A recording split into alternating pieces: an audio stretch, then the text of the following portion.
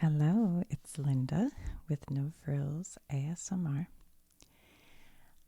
Yesterday, yesterday, I posted a video where we did different facts for each of the United States presidents, and I kind of outlined them. And the very first fact was about George Washington. I won't give it away right off the bat. I'll ask you this. If you haven't watched that video and you haven't seen my community page, coming in cold, tell me with your thoughts. What were George Washington's teeth made out of? His dentures, I guess we could call them, or fake teeth. What were they made out of? And I swear I was told in school, but it could have just been in conversation. I don't recall. But I know growing up, I always thought they were made out of wood. And so I read that, well, let's just put it this way. So I came downstairs and I asked my husband, and he said wood. And then I asked some other people on the street at the grocery store. Kind of. I knew them, and I said, hey, what was George Washington's teeth made out of? And they said wood. So now I know it's not just me.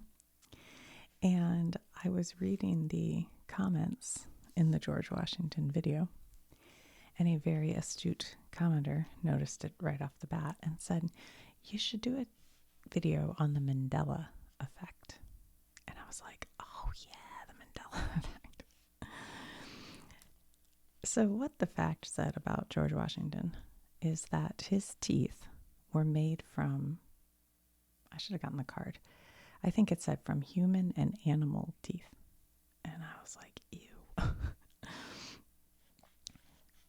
So then as a little follow-up, in the community page, which you can see if you're a subscriber. I don't know that you can see it if you're not a subscriber. But if you're not a subscriber, what are you doing? Go subscribe. And then you can be part of the community. But the community page, I said, if you haven't watched the video, what do you think Washington's teeth? And quite a few of you also said wood or something similar.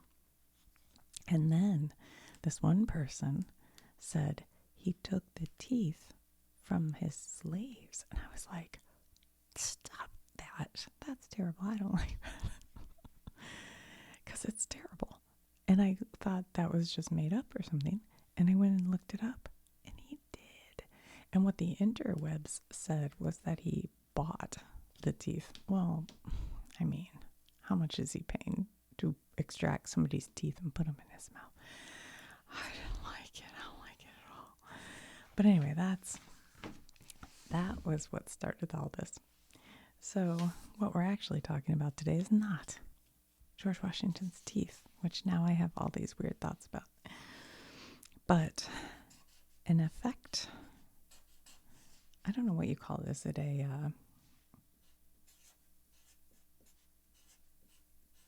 a sociological, what's the word for that? Phenomena, I guess, called the Mandela Effect.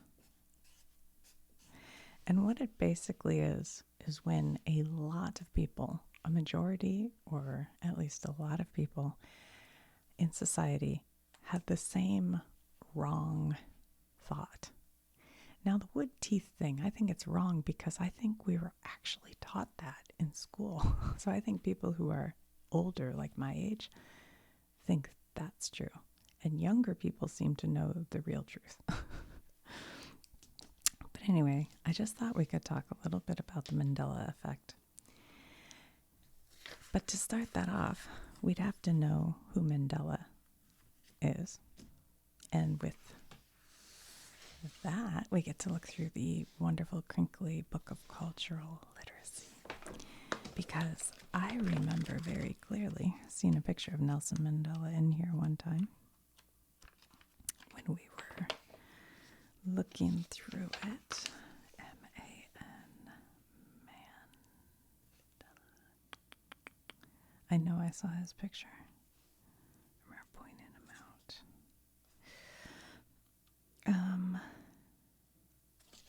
Wait, it's got to be right here. I know I saw it. I know I did. Come on. If it's not here, here it is. 225. Okay. 225. Oh, yeah. There he is. There's his picture. And this is Nelson Mandela, photographed. So, my mouth just photographed in Soweto upon release from prison in 1990. Nelson Mandela, the most prominent leader in the struggle of South African blacks against apartheid. Mandela joined the Radical African National Congress, ANC, in the 1940s, and in the 1960s was sentenced to life imprisonment for sabotage and conspiracy by the white minority government of South Africa. Even in prison, he remained the acknowledged leader of the ANC. In 1990, the white government released him from jail as part of a series of moves to reach a compromise with the South African blacks. Since his release, Mandela has emerged as the most prominent spokesman for the anti-apartheid movement and has been instrumental in the gradual dismantling of South Africa's racist policies. Now, this book was published in 1993, so at that time, he's still alive. And apartheid was a series of, I should look it up because if I try to explain it, I'll probably say something wrong, but it was basically racist rules, laws against black and other people of color in South Africa. I think they didn't have rights at all, really, so he fought against that. Okay, so that leads us to, I said, oh, I'll just Google this real quick. And I found this page called, I don't even know if this is a legit source. I don't know. Very well mined. But it had a printable, thing. And how when you print something, sometimes you think it'll be a one page, and all of a sudden your printer is going, and you're like, uh-oh. Well, this was one of those times. Look, it's like, I don't know, 10 pages. But I am preparing for my son to come home from Boston tonight, and I just threw something in for dinner. You know what I made?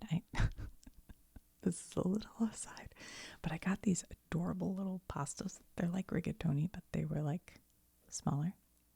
And I just stuck that in with some ricotta cheese and tomato sauce and like mixed it all up and put tinfoil over it and stuck it in the oven, like while they were still hard, uncooked. And I'm going to let that cook for he probably won't be home for an hour and a half. So I'll just let it kind of simmer like that. And then I'll take it off and put mozzarella on top with a big salad. That'll be yummy. Anyway, so that's in the oven. So this explains it. And it's, like I said, I don't have time to study. So I thought we'll just look it over. The Mandela Effect, how masses of people can have the same false memory. Is it Sex and the City or Sex in the City? Well, I always thought it was Sex in the City. Sex and the... Oh, no. Wait. It's Sex and the City. That's funny. I think the correct answer is Sex and the City, but I do say Sex in the City. That's funny. Maybe if I can read them, I'll try to sneak them in so you can have a guess at it before I tell you. You know that creepy phenomenon when some people remember historic events differently than others? Like when people thought the classic kids book was called The Berenstain Bears, instead of its actual title, The Berenstain Bears with an A. Definitely had that wrong. Yep, this weird event is called the Mandela Effect. Basically, the Mandela Effect refers to a situation in which a large mass of people believe an event occurred when it did not. The term originated in 2009 by Fiona Broome after she discovered that she, along with a number of others, believed that Nelson Mandela had died in the 1980s, when he actually died in 2013. Where does the Mandela Effect come from, and why do these strange perceptions of history keep happening? We have the answers to all your questions, plus famous examples of the Mandela Effect. Okay, I'll hide these then, because I don't want to, and I'll read them out to you and we can guess. Hopefully I can look without seeing the answer myself. No, but I don't think I can. Well, let's see what this is. The term Mandela Effect, we just read that, repeating itself. I swear they have to get so many words in or something. Broome was at a conference talking with other people about how she remembered the tragedy of former South African President Nelson Mandela's death in South African prison in 1980s.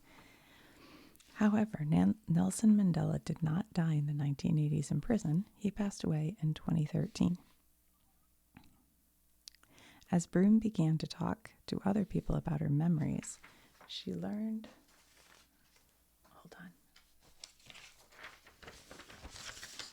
Let's fold it in case. She learned she's not alone. Others remembered seeing news coverage of his death, as well as a speech by his widow. Broome was shocked that such a large mass of people could remember the same identical event in such detail when it never happened. Encouraged by her book publisher, she began her website to discuss what she called the Mandela Effect and other incidences like it. Okay, so I have a list here. I definitely don't know this one, so I'll read it in front of you. Henry VIII eating a turkey leg. People had a memory that the above portrait, oh, there was a picture. It didn't print. Of Henry VIII featured him eating or holding a turkey leg, though no such painting has ever existed. There have, however, been similar cartoons created. This may be related to the common knowledge of Henry VIII as a large man. I mean, I can picture the painting of him, but I don't think of it with a turkey leg, I don't think. Okay, here's a good one. Let me see how I can do this. If you saw Star Wars Episode 5, The Empire Strikes Back, you probably remember Darth Vader uttering the famous line,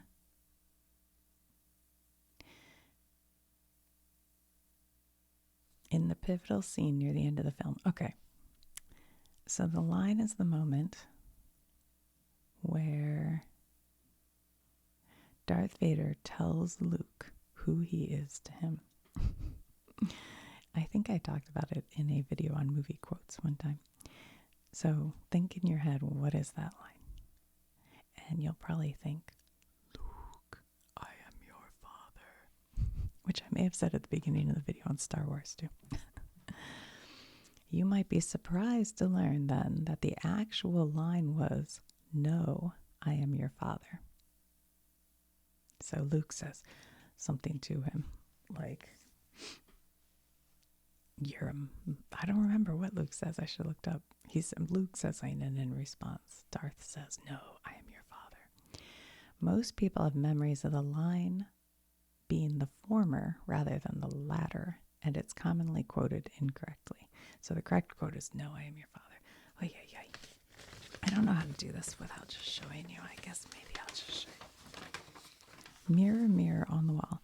If you watch Snow White and the Seven Dwarfs, you probably remember the line, mirror, mirror on the wall, who's the fairest of them all? As you can see from the above subtitled screenshot, not here, the line actually began with the phrase, magic mirror on the wall. No, I definitely thought it was mirror, mirror. I wonder, remember how there used to be those, they were never any good, but they made these kids' books that were like based on the Disney movies. So they had the pictures from the movies. And as a kid, you always kind of wanted to look at those, but they were so boring to read. They were never good. But I wonder if that book says mirror, mirror on the wall. Because we definitely all said that as kids, you know. All right, let's see. What did they say?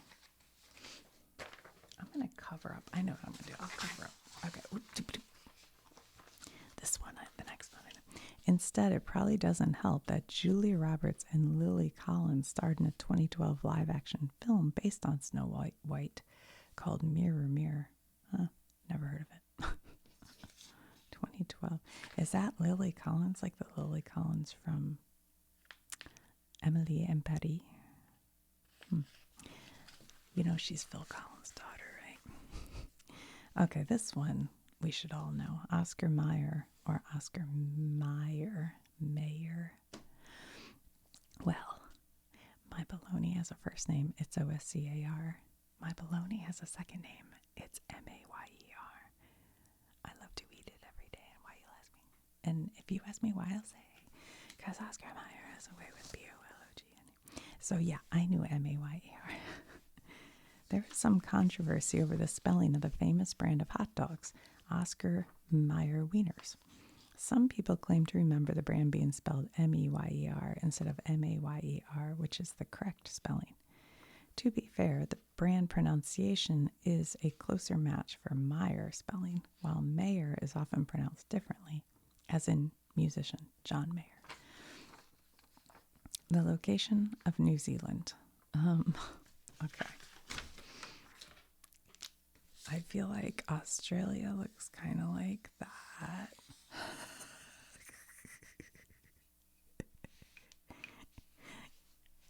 Don't you think that's about right, Zach? And then I think New Zealand's like an island here. And is there like Tasmania or something? That's not right. Hold on. Oh. My Alice is too buried. It'll make too much noise. That's probably about right. If I had to draw, that would be funny. I should do a video drawing the map of the world from memory. Because I'd be like, let's see, I think Japan's right here. Isn't that right?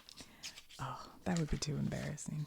People would then find out that I got a D in geography. Okay, where were we? Wait. Uh-oh. Here it is. Okay, where is New Zealand in relation to Australia? If you look at a map, you will see that it's southeast of the country. Southeast. I think I did pretty good. However, there is a community of people who claim to remember New Zealand being northeast instead of southeast. Maybe it's because it's on the other side of the globe. It confuses people.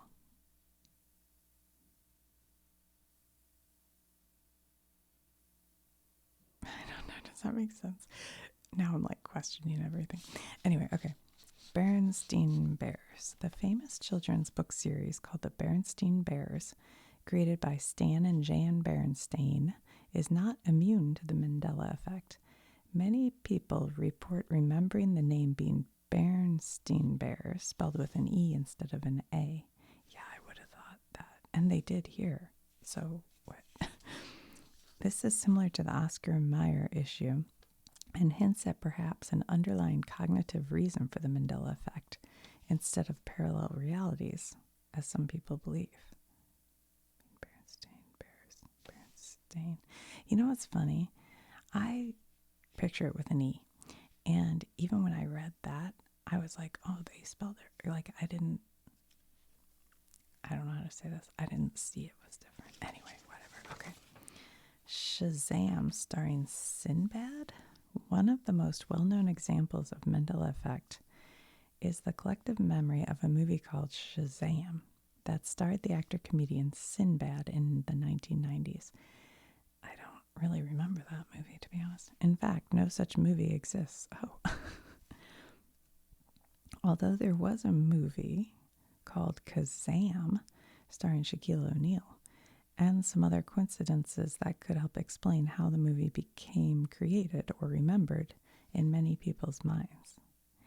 Even more confusing, there is now a movie series based on DC Comics superhero Shazam, though it does not star Sinbad. Well, that was a missed opportunity. Can you imagine if they had cast Sinbad in that? They could have been like, finally, the movie you've all been waiting for. Pikachu's black-tipped tail. Where's my Pikachu book? Ugh. You know, I cleaned my office and now I can't find anything. Oh, wait, here it is. Does Pikachu have a black-tipped tail? Yes or no? I really don't know. No, he has black-tipped ears, but his tail is all yellow, it looks like. We gotta look through this book some more. Look, I've looked through it twice, and we've only gotten that far. Got a ways to go. Okay. Many people report remembering Pikachu, a Pokemon character, as having a black-tipped tail. In reality, the character has always had a solid yellow tail. The confusion or false memory may stem from the fact that Pikachu, as you can see, does have black-tipped ears. Yes, he does. Mickey Mouse's suspenders. Let's see. I can't even think of Mickey Mouse. Hold on, let me grab something I want to show you because I just said I can't think of Mickey Mouse. And I just lost. Oh, shucks. But look, sorry about that. Maybe I'll try to edit that sound out. Look at him. It's Mickey Mouse wearing a gas mask. There's something you didn't think you'd see today. Sorry about that noise. Mickey Mouse wearing. I can't think of Mickey Mouse's clothes at all. What does he wear? Does he wear like red shorts or something? I don't know. Does he even have a shirt on? I can't think of it. That's so weird. I can't picture. Mickey Mouse might be the most famous cartoon character in the world, but even Disney's famous mouse is often misremembered in the minds of fans. People often report the character wearing suspenders when he does not. The original Mickey is wearing shorts, but is completely unclothed on the top half of his body. How scandalous. Well, maybe I was right. Maybe he does wear red shorts. All right, Sally Field's famous Oscar speech. I can't. I don't know. I don't know what they're talking about. Famous Oscar speech. When I think of Sally Field doing a speech, I think of the movie. Oh boy. I was going to say Silkwood, but that's Cher. What was the movie she's in where she stands up in front of the plant? It's like a production manufacturing plant. And I don't know. Okay, never mind. When Sally Field won an Oscar in 1985, her acceptance speech included the oft-repeated, oft-parodied line, "You like me? You really like me?" Oh, yeah, okay. I thought it was, "You love me, you really love me," but that's just what I say, I guess. Except what she actually said was, "I can't deny the fact that you like me right now. You like me." Oh, okay. Children in the 90s probably owe their false memory to Jim Carrey's parody of the line in his film The Mask. When his character utters the line, "You love me, you really love me." Okay, well, that's where I got it then, I guess. In clear homage to Field's speech. Okay, no, really, it's Looney Tunes. I saw this. Sorry, I just read that wrong. No, really, it's not Looney Tunes. I just saw this one earlier when I was looking this up and I was Googling it. And you know how there's like, and then they'll have like Bugs Bunny. and Porky Pig. And then it like has a banner or something, and it says Looney Tunes on it. By the way, in Love is Blind, if you watch that, you know how they're in the room talking and there's like these things like this? Every time I see it, it makes me think of Looney Tunes. Anyway, but Looney Tunes you think might be loony and then tunes like cartoons, but it's actually tunes like songs. Because they do sing a lot. That was interesting. Yes, the Looney Tunes are in fact cartoons, not cartoons. But yes, you may remember watching the next generation of characters on a TV show called Tiny Toon, OON Adventures. Nonetheless, the original show was Looney Tunes, Tunes, not Looney Tunes, Toons, as a companion to Merry Melodies. Oh, there was another show called Merry Melodies. Okay, what's the next one? Jiffy Peanut Butter. No, it's called Jif. That one I do know. It's my favorite peanut butter. There is Jiffy Lube. There's Jiffy Popcorn. There's Skippy Peanut Butter. And you may be able to whip up a PB&J in a jiffy. But no, there's no such thing as Jiffy Peanut Butter. It has always been Jif, though many people would swear to the contrary. Curious George's Tale. Yeah, I've seen this one before. I mean, you'd assume he's a monkey. So your brain would put a tail on him, but apparently this one is, well, curious. The assumption is that Curious George is a monkey, and most monkeys are understood to have tails. Many remember Curious George having a tail, but alas, everyone's favorite curious primate is in fact tailless. We hope he hasn't caused George. This hasn't caused George any kind of existential crisis. What the heck is a Fruit Loop? Oh, are they saying it's spelled F-R-O-O-T? No, it is not. Wait.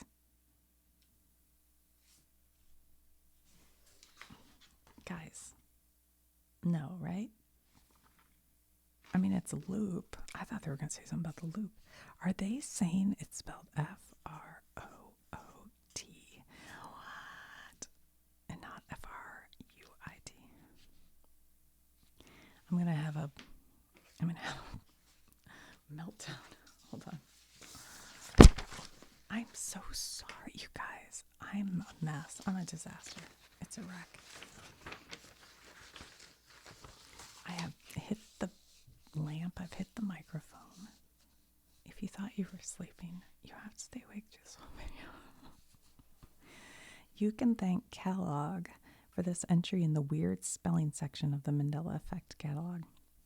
While the very well-known cereal is supposedly fruit-flavored, they decided to lean into the loops and double up on the double O's, opting for Fruit Loops instead of Fruit Loops. What?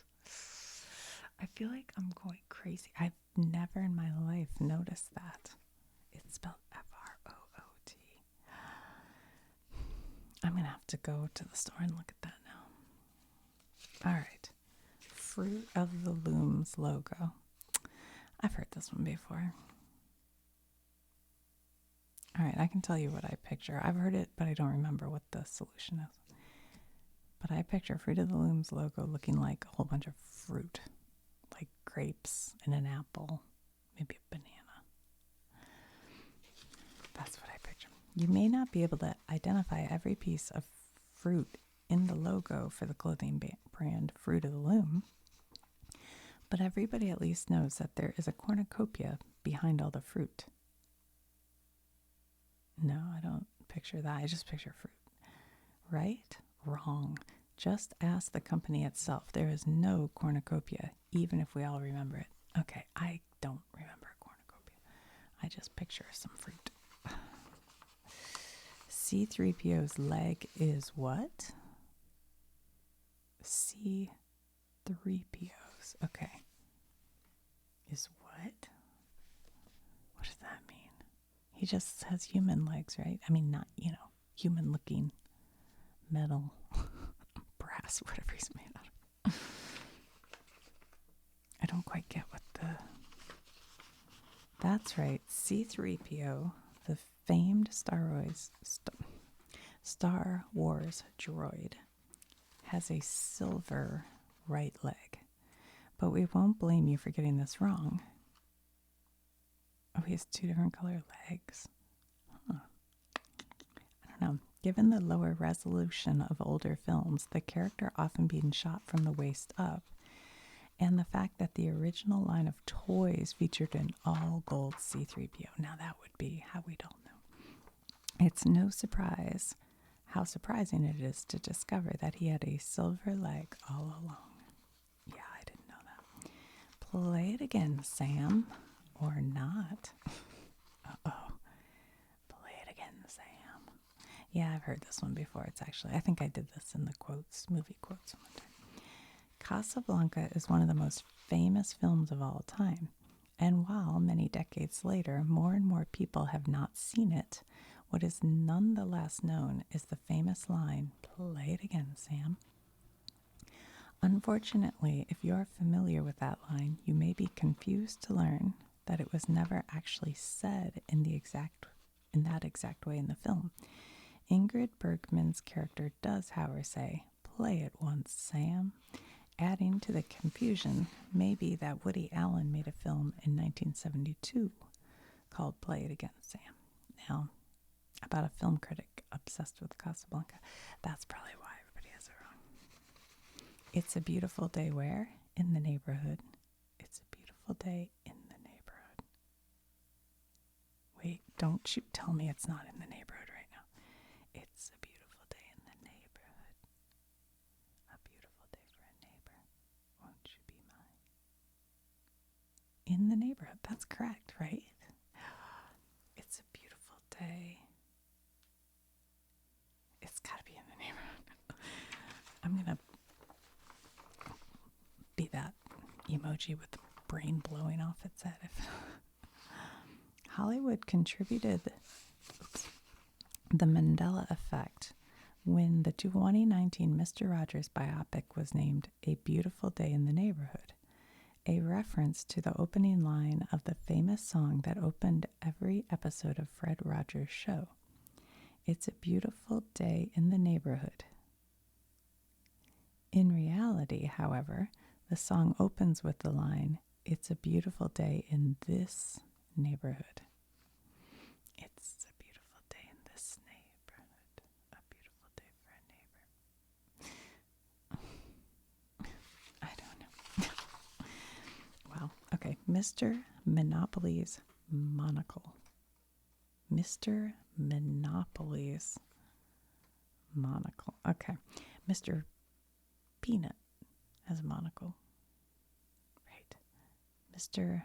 Monopoly's the rich guy. I can't quite picture him. If you told me he had a monocle, I'd go, okay, but I don't think he does. I think Mr. Peanut's got the monocle. Right. Does Mr. Peanut? Oh boy, oh boy.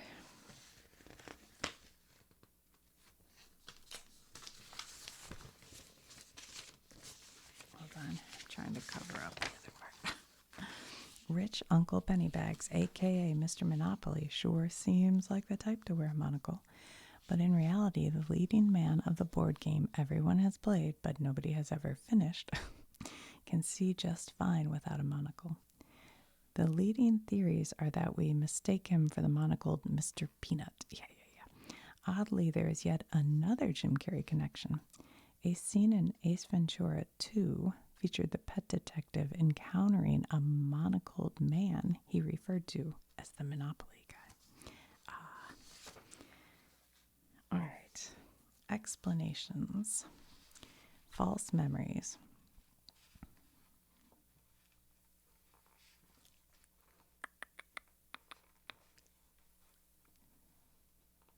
I don't know if I have time to read all this.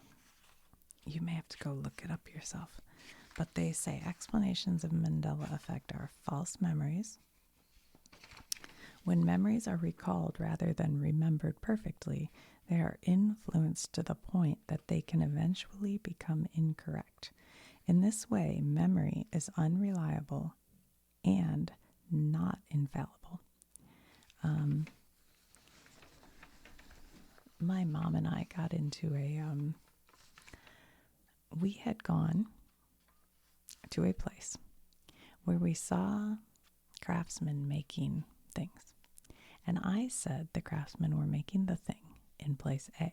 And she said place B. And I just knew I was correct. So I just didn't really say much more. And she, trying to convince the rest of the family she was correct, told a whole story around the thing and the place and why. And the whole time I was like, that's not right. And so by the end, we all kind of took a vote and everybody believed her story and said, yes, her story is right because all that happened. And I was like, none of that all happened, but it didn't have to do with the craftsman. And so then like 3 days later, she had bought something from the craftsman and somehow she found the receipt and realized that I was correct. And it was funny because the people who had believed her story were like, well, her story was so convincing, and when she told it, I could visualize it, and I thought that was correct. So I think that's false memory. And that's what happens sometimes with witnesses. That's why they don't want witnesses who've heard the story, because it can change your memory of how it happened. Even if you tell a story as a witness, but you kind of add something to it, the next time you tell it, you'll think that's how it happened. It's interesting how memory works. Confabulation. Confabulation involves your brain filling in gaps, that are missing in your memories to make more sense of them.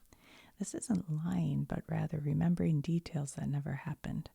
Confabulation tends to increase with age. Misleading post-event information. Information that you learned after an event can change your memory of an event. Yeah, that's the witness thing, I think. Priming.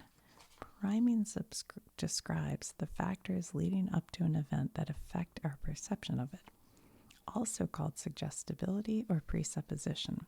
Priming is the difference between asking how short a person is versus how tall a person is, saying, "Did you see the black car?" instead of "a black car?"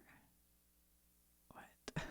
Makes a subtle suggestion that influences response memory. This is something that happens with crimes too. I think like you can kind of put memories into people that aren't really there by asking questions in a specific way. Alternate realities. One theory for the basis for the Mandela Effect originates from quantum physics and relates to the idea that rather than one timeline of events, alternate realities or universes may be taking place and mixing with our timeline. In theory, this would result in groups of people having the same memories because the timeline has been altered as we shift between these different realities. What are they talking about? You aren't alone if you think this sounds unrealistic. Good, because I do. Unfortunately, the idea of alternate realities is unfalsifiable, meaning there is no way to disprove that these other universes don't truly exist. This is why such far-fetched theory continues to gain traction among the Mandela Effect communities. You can't prove it's not real, so you can't discount the possibility of it. For many people, the excitement of a bit of mystery in everyday life also likely comes into play. There's also the Occam's razor that the simplest explanation is usually the correct explanation. So anyway, that was interesting. Oh yeah, they talk about the internet's impact. I'm sure that would make a big difference. And then here's all the sources. So you should definitely go look up this article. It's pretty interesting. I thought it was pretty good. From Very Well Mind, Mandela Effect. It was printed January of this year. Pretty cool. Anyway, thank you to the commenter who mentioned it. That was a good one. Good one. All right. I will talk to you soon. Let's get some stuff in the picture. I can make a oops, what do you call it? A screenshot. Like I'll hold my hands up that way I can turn it into a. Wait, let's write ASMR.